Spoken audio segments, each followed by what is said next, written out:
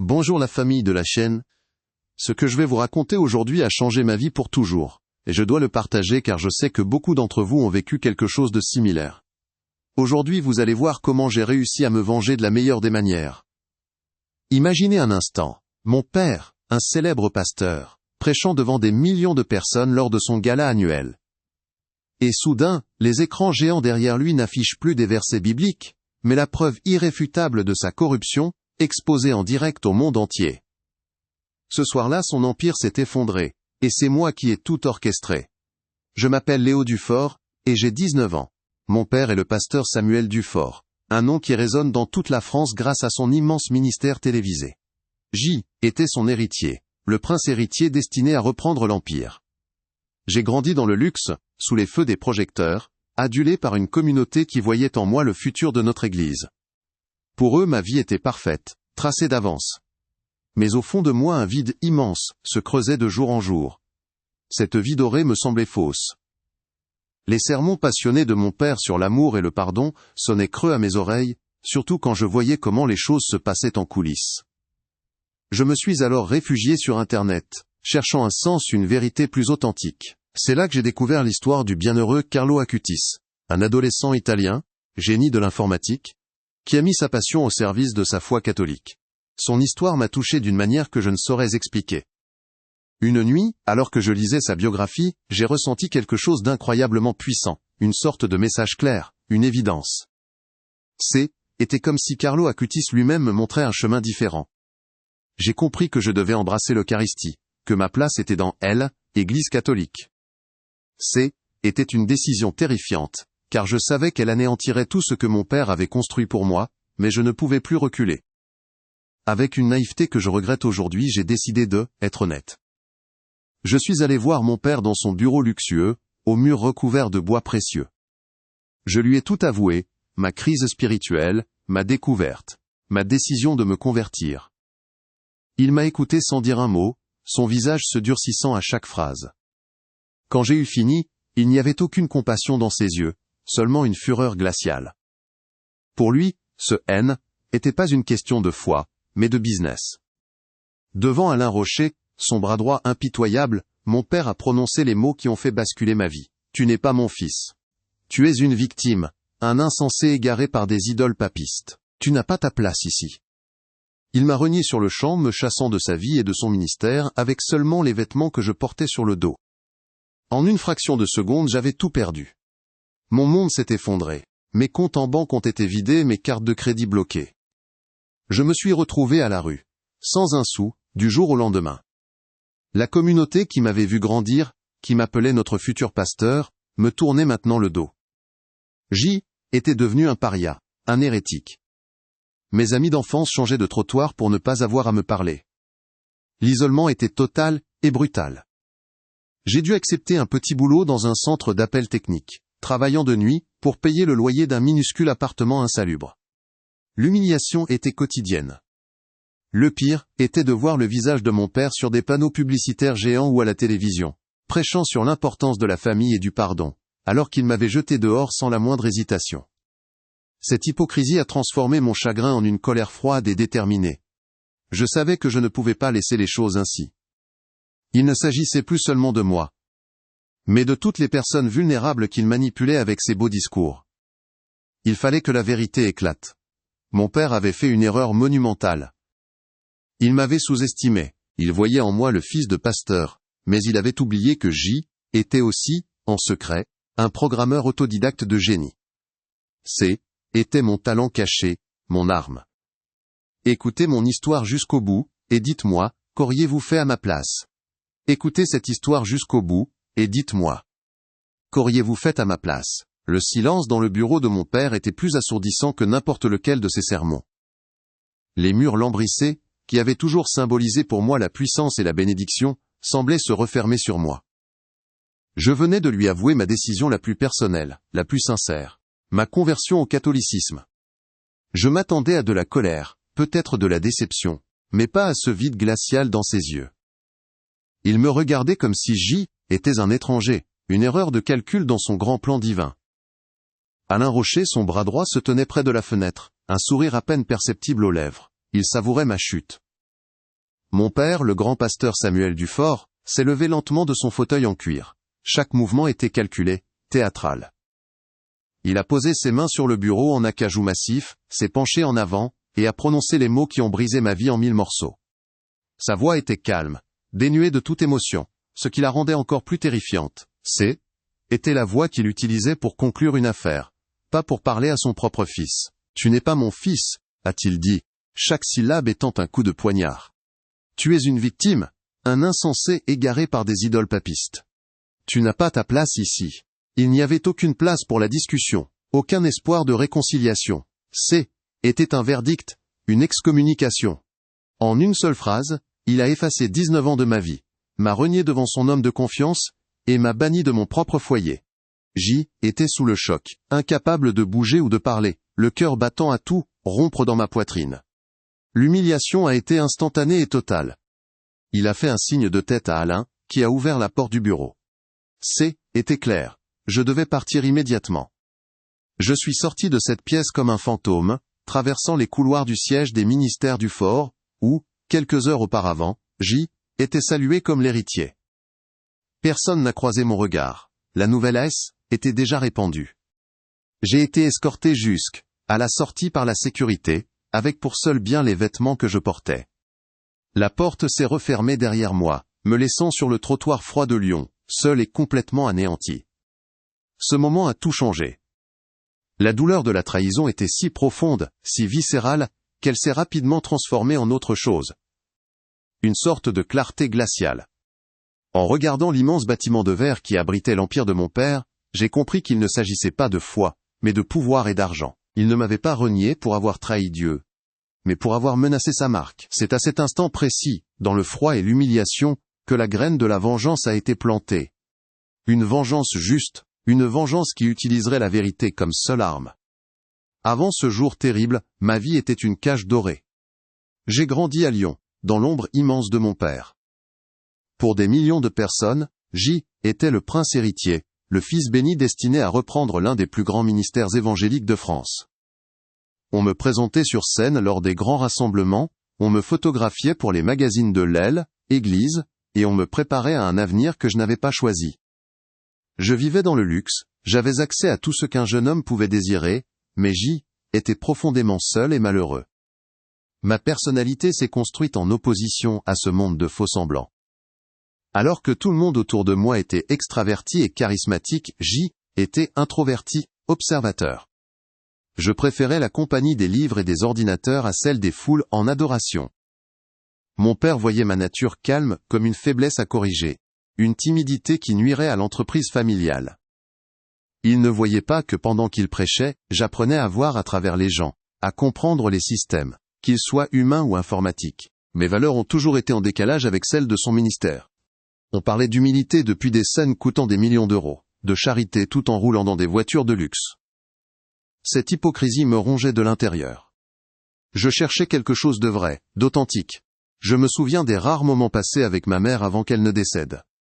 Elle était douce et sincère dans sa foi, loin du spectacle que mon père produisait. C'est son souvenir qui m'a empêché de devenir complètement cynique. L'informatique est devenue mon refuge secret. Dès mon plus jeune âge, j'ai été fasciné par le code. C était un langage logique, honnête. Un programme fonctionne ou ne fonctionne pas. Il n'y a pas de place pour la manipulation ou les doubles discours. J'ai passé des nuits entières à apprendre à programmer, à comprendre les réseaux, à explorer les recoins du monde numérique. C était mon domaine, le seul endroit où je n'était pas le fils du pasteur Dufort, mais simplement Léo, un créateur, un bâtisseur de mondes logiques. J'ai surmonté l'isolement en me créant une vie en ligne.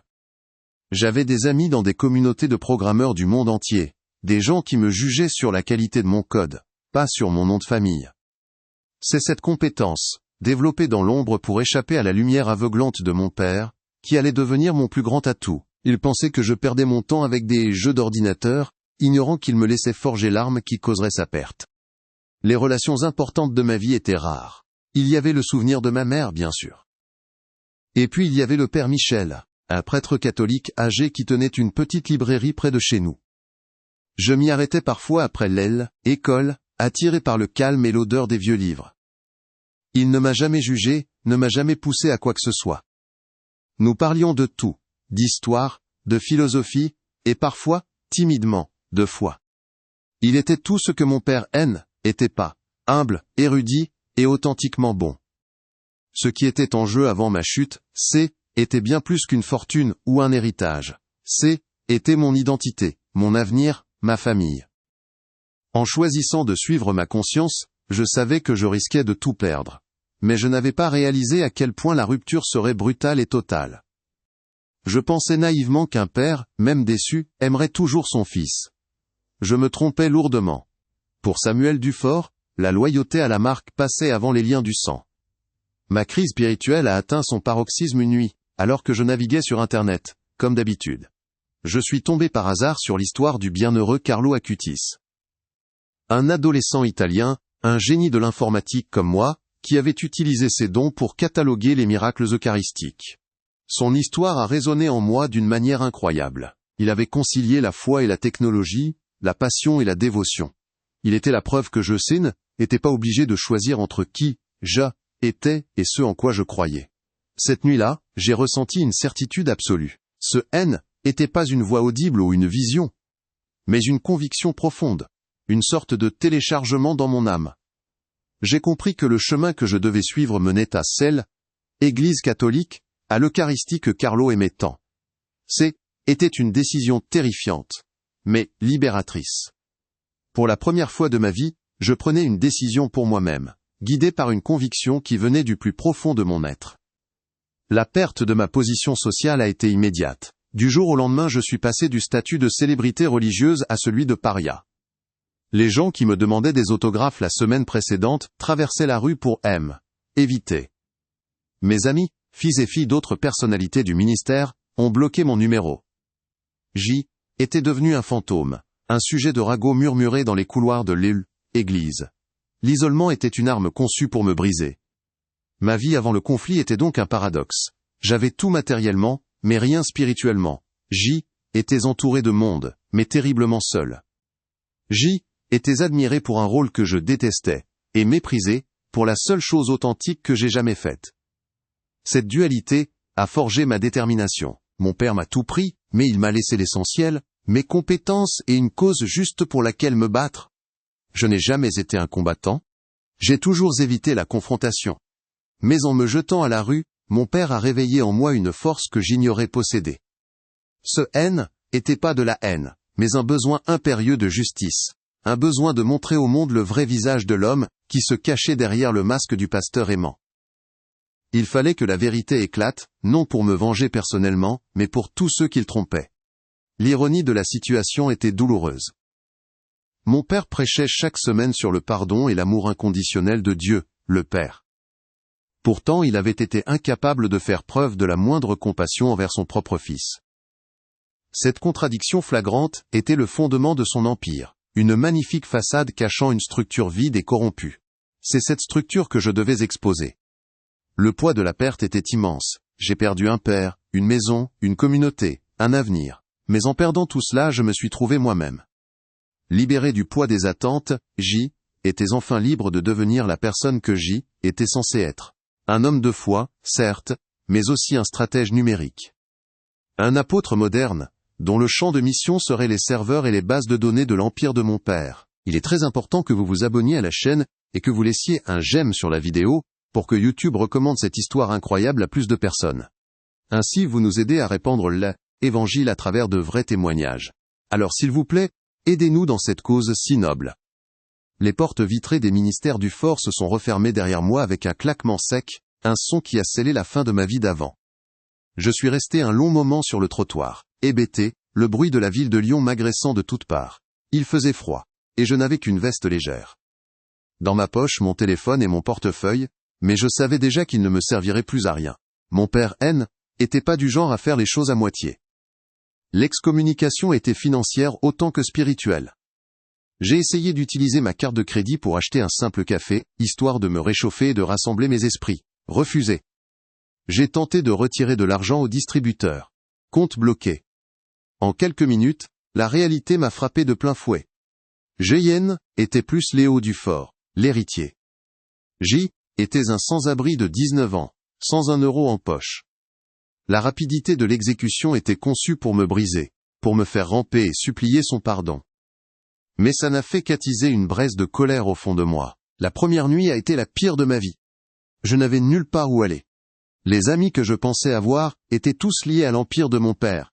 Les appeler aurait été inutile, voire dangereux pour eux. J'ai erré dans les rues jusqu'à l'épuisement, finissant par trouver refuge dans une gare, essayant de dormir sur un banc dur et froid, me cachant des agents de sécurité. Chaque silhouette qui passait me rappelait les visages souriants de notre congrégation, des gens qui m'auraient offert leur maison la veille, et qui me dénonceraient aujourd'hui. Le lendemain, la faim et le désespoir m'ont poussé à agir. J'ai vendu mon smartphone, un modèle dernier cri, pour une somme dérisoire, dans une boutique de seconde main.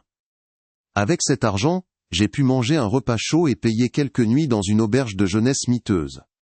C'est là, dans un dortoir qui sentait la solitude, que j'ai commencé à comprendre l'ampleur de ma chute. J était passé d'un lit king size avec vue sur la ville à un matelas fin comme du papier, entouré d'inconnus. Les réactions de mon ancienne communauté ne se sont pas fait attendre. Mon histoire, ou plutôt la version de mon père, s'est répandue comme une traînée de poudre. Jar était le fils prodigue qui avait sombré dans l'hérésie, séduit par les démons papistes. On disait que Jarois était instable, que j'avais trahi ma famille et ma foi.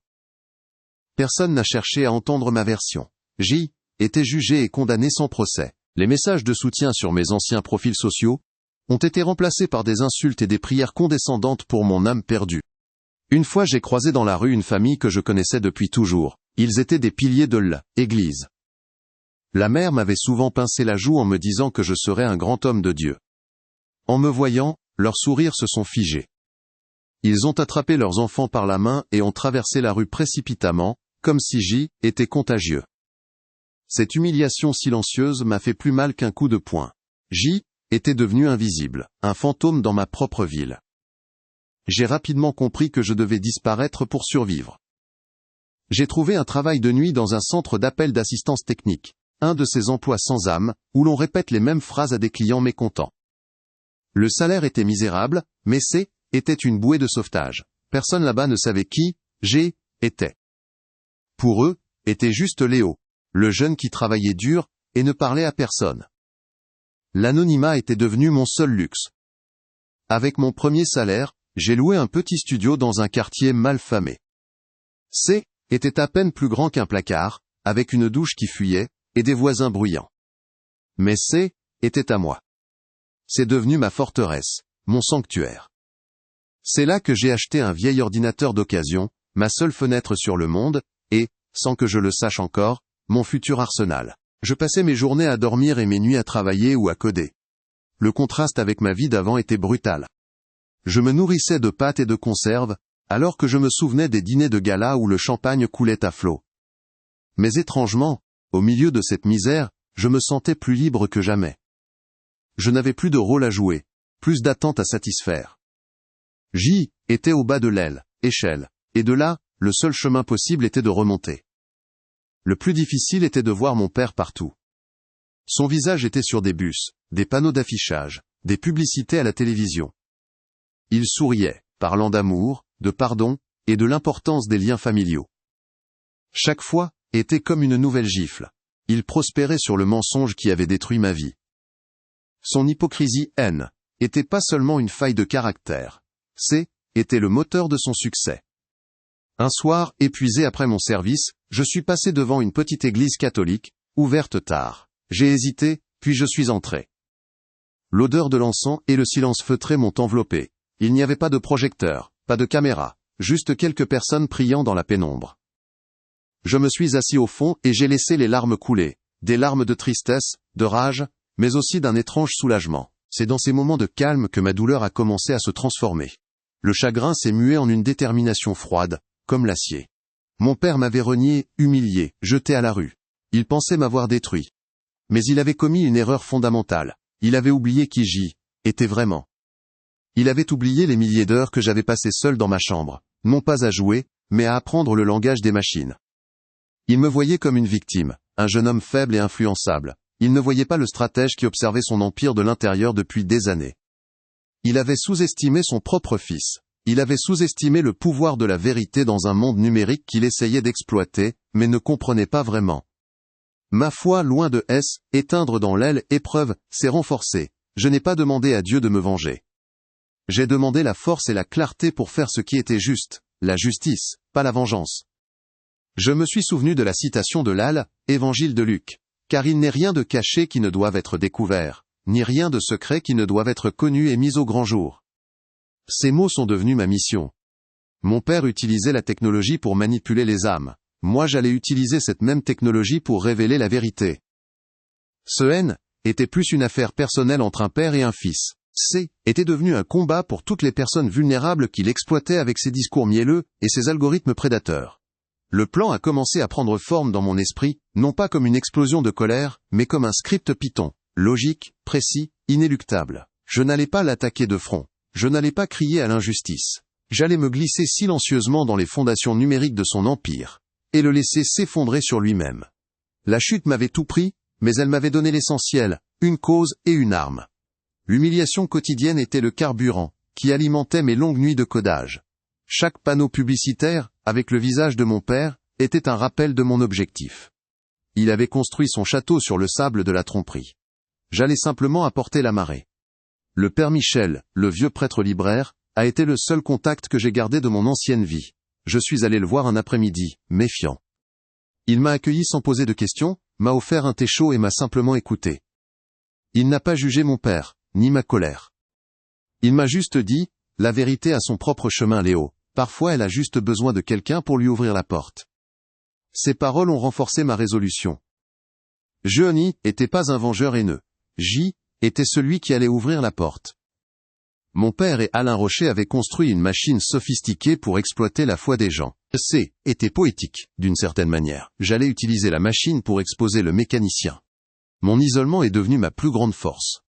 Personne ne me cherchait. Personne ne se souciait de ce que je faisais. J était un fantôme numérique, libre de me déplacer dans les coulisses de leur système, sans être détecté. Mon petit appartement est devenu le quartier général d'une opération clandestine, dont J était le seul membre. Je me suis mis à étudier l'infrastructure informatique des ministères du Fort, avec une obsession quasi religieuse. J'analysais leurs flux de données, leurs protocoles de sécurité, leurs plateformes de dons. Je connaissais déjà une partie du système, mais de l'extérieur, je voyais les failles, les portes dérobées laissées par l'arrogance et la négligence. La douleur de la trahison ne s'est jamais complètement estompée. Parfois, la nuit, le souvenir du regard glacial de mon père me réveillait en sursaut. Mais au lieu de me laisser sombrer, je canalisais cette adrénaline dans mon travail. Chaque ligne de code était une prière, chaque algorithme, une étape vers la lumière. J'ai cessé de me voir comme une victime. J était un survivant. Et bientôt, j'allais devenir l'instrument d'une justice inévitable. Mon père avait choisi son royaume terrestre. Je l'avais laissé. Mais je ne pouvais pas le laisser continuer à tromper des milliers de personnes qui cherchaient sincèrement Dieu. Le fond du gouffre est un endroit étrange. Une fois que vous avez accepté que vous ne pouvez pas tomber plus bas, la peur disparaît. Il ne reste que la clarté. Et pour moi, la voie était claire. Je n'allais pas reconstruire ma vie sur les cendres de la sienne. J'allais simplement allumer la lumière pour que tout le monde puisse voir la pourriture qu'il cachait si bien. Mon père avait semé le vent numérique de la manipulation. Il allait récolter la tempête de la vérité. Et J était prêt à être cette tempête. Le fils renié, le paria, l'apôtre numérique. Le spectacle ne faisait que commencer. Mon petit studio est devenu mon monastère et mon quartier général. Le vieil ordinateur que j'avais acheté avec mes premières économies N, était pas une machine. C était une extension de moi-même. C'est là que résidait ma véritable force, mon recours secret. Mon père, dans son arrogance, avait commis une erreur monumentale. Il voyait en moi le fils de pasteur sensible, l'héritier un peu trop rêveur qu'il fallait materner. Il n'a jamais vu, ou jamais voulu voir, l'autre Léo, celui qui passait ses nuits à dévorer des manuels de programmation et à construire des mondes virtuels complexes. Il m'a toujours méprisé pour ça. Pour lui, mes heures passées devant un écran étaient une perte de temps, une fuite loin de mes vraies responsabilités. Il me voyait comme un jeune homme faible, facilement influençable, une proie pour les idoles papistes comme il disait. Il n'a jamais imaginé un seul instant que cette passion qu'il dédaignait était en réalité une discipline, un art qui exigeait une logique, une patience et une créativité qu'il ne pourrait jamais comprendre. Il a sous-estimé son propre fils de la manière la plus complète qui soit. Cette compétence ne venait pas de nulle part. C était mon refuge secret depuis l'enfance. Tandis que mon père construisait son empire sur des sermons enflammés et des émotions soigneusement orchestrées, je me réfugiais dans la pureté mathématique du code. C était un monde où la vérité était binaire, soit ça fonctionnait, soit ça ne fonctionnait pas. Il n'y avait pas de place pour l'hypocrisie. J'ai appris seul, en lisant, en expérimentant, en échouant et en recommençant, des milliers de fois, dans le silence de ma chambre. Ma découverte de Carlo Acutis n'avait pas seulement éveillé ma foi, elle avait donné un sens à mon talent. Je était plus juste un gamin qui aimait les ordinateurs. J'ai compris que la technologie pouvait être un instrument au service de la vérité, un moyen de révéler ce qui est caché. Carlo avait utilisé ses dons pour cataloguer des miracles. Moi je sentais un appel clair à utiliser les miens pour exposer un mensonge. Était comme si Dieu lui-même me disait, « Je t'ai donné cette clé, maintenant ouvre la bonne porte ». Ma mission était claire, et elle était guidée par les Écritures. Je me répétais sans cesse cette phrase de l'El, Évangile de Luc, car il n'est rien de caché qui ne doive être découvert. Ce était pas une quête de vengeance personnelle, mais un acte de justice. Je devais exposer la corruption non pour détruire mon père, mais pour libérer les milliers de personnes sincères qu'il trompait. Ma foi nouvelle ne m'a pas rendu passif, elle a aiguisé mon intelligence et ma détermination. Mon travail au centre d'appel est devenu une simple couverture. Je dormais quelques heures le jour, et, la nuit, mon véritable travail commençait. Je me suis mis à cartographier l'ensemble de l'EL, écosystème numérique des ministères du Fort. Leurs sites web, leurs applications, leurs stratégies sur les réseaux sociaux, leurs bases de données de donateurs. Je connaissais déjà une partie de l'architecture pour y avoir grandi, mais maintenant, je l'examinais avec les yeux d'un adversaire. L'arrogance de mon père et d'Alain Rocher était leur plus grande faille de sécurité. Ils avaient dépensé des fortunes pour se protéger des menaces extérieures, des hackers professionnels. Mais ils n'ont jamais imaginé que la plus grande menace viendrait de l'intérieur, d'un fantôme qu'ils avaient eux-mêmes créé. Ils ne se sont jamais souciés de changer les anciens mots de passe, ou de fermer les accès de services que seul un membre de la famille pouvait connaître. Pendant que je traquais les vulnérabilités de leur système, je priais. Chaque ligne de code que J écrivait était précédée d'une prière, demandant la clarté d'esprit et la force de faire ce qui était juste. C était une étrange dualité, la foi la plus profonde et la technologie la plus pointue, travaillant main dans la main. Je sentais que Dieu n'agissait pas seulement par des miracles, mais aussi à travers la logique d'un script Python bien écrit. La première porte s'est ouverte une nuit, vers 3 heures du matin. Une vieille interface de maintenance pour la base de données des donateurs, oubliée de tous, sauf de moi. Je me souvenais l'avoir vue utilisée par un technicien des années auparavant. Elle était protégée par un mot de passe ridicule, le nom du chien de ma mère, qu'elle adorait. Mon père l'avait sûrement oublié mais pas moi. En un instant j'y étais à l'intérieur. Ce était pas de l'euphorie que j'ai ressenti, mais un calme glacial. J était le renard dans le poulailler. De mon minuscule appartement, avec le bruit des sirènes au loin, j'avais un accès total aux secrets les mieux gardés de l'empire de plusieurs millions d'euros de mon père. Le contraste était saisissant, leur opulence contre ma misère, leur pouvoir visible contre mon pouvoir invisible. J'ai compris alors que mon père avait construit son royaume sur une fondation numérique. Il utilisait les outils les plus modernes pour diffuser un message, mais surtout pour collecter des fonds. Sa plus grande force, cette immense machine médiatique et technologique, était aussi son talon d'Achille. Et J était le seul à connaître l'anatomie exacte de cette faiblesse. Le jeu avait changé. Je était plus la victime, le fils renié abandonné dans la rue. J était devenu le chasseur. Je détenais le pouvoir de tout exposer. La question était plus de savoir si je pouvais me venger, mais comment j'allais le faire d'une manière qui soit juste, précise et irréfutable. Une manière qui ne laisserait aucune place au doute.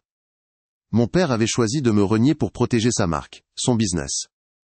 Il ne savait pas qu'en me jetant dehors, il avait libéré la seule personne au monde capable de le démanteler de l'intérieur.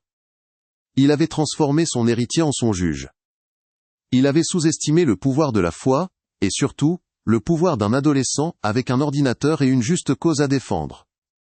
La vengeance était plus un fantasme lointain né de la douleur. C était devenu un plan d'action, une série d'étapes logiques que je déroulais dans ma tête.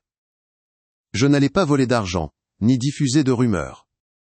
J'allais faire quelque chose de bien plus dévastateur. J'allais laisser leur propre système révéler sa nature corrompue au monde entier. Ma chute avait été brutale et publique, leur justice le serait tout autant, mais elle ne serait pas orchestrée par la haine, mais par la vérité.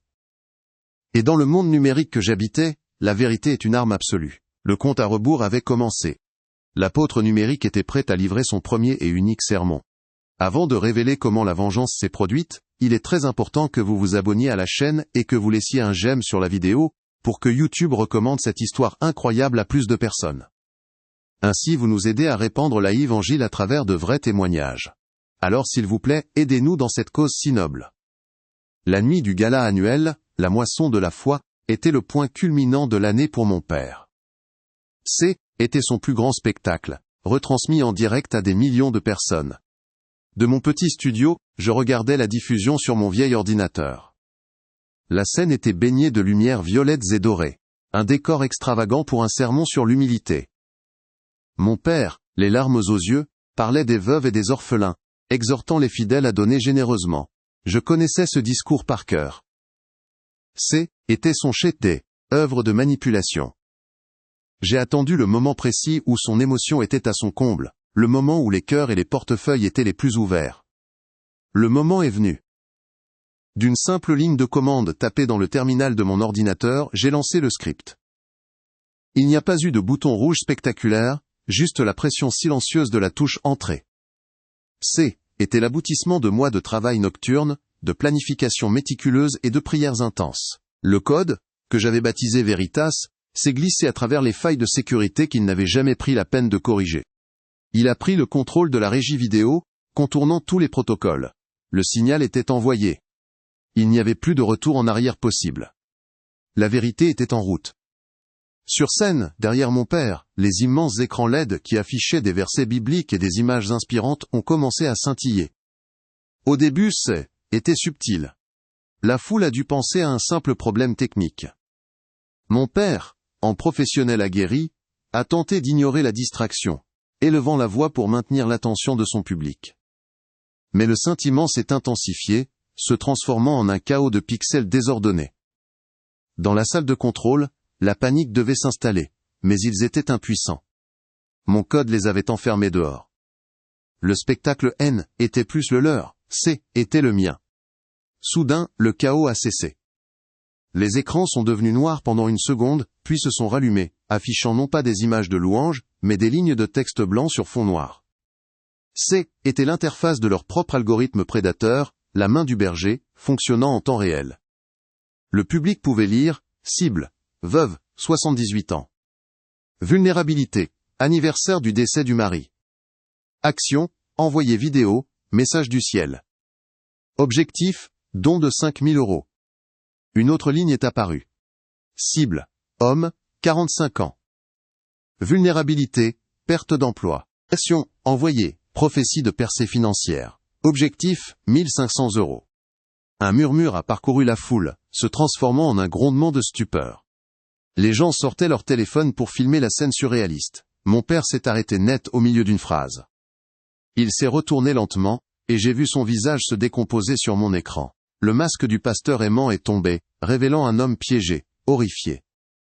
Il a regardé les données, sa propre création, le trahir devant le monde entier. Alain Rocher a dû courir en coulisses, aboyant des ordres inutiles. La machine qu'ils avaient construite pour exploiter la foi, était en train de les dévorer vivants. Le flux de données était implacable, une liste sans fin de vies manipulées, de douleurs exploitées pour le profit. Il ne s'agissait pas d'une accusation, mais d'une confession faite par la machine elle-même. La diffusion en direct a été coupée brusquement, mais était bien trop tard. Des milliers de personnes enregistraient déjà. L'empire de mon père, bâti sur une image de piété, s'effondrait sous le poids de la vérité numérique. Il est resté figé sur scène, une silhouette pathétique au milieu des ruines de sa propre hypocrisie, exposé non pas par un cri de haine, mais par le silence froid et factuel de ses propres actions. Dans le silence de mon appartement, j'ai fermé lentement mon ordinateur portable. Je n'ai ressenti ni joie exubérante, ni triomphe bruyant. Juste un calme profond, une paix sereine. La justice avait été rendue. Je n'avais pas détruit un homme, j'avais simplement allumé la lumière dans une pièce sombre. En me reniant, mon père m'avait donné la seule arme capable de le vaincre, la liberté. Et avec cette liberté, j'avais non seulement retrouvé ma propre dignité, mais j'avais aussi honoré la vérité, comme Carlo Acutis l'aurait fait.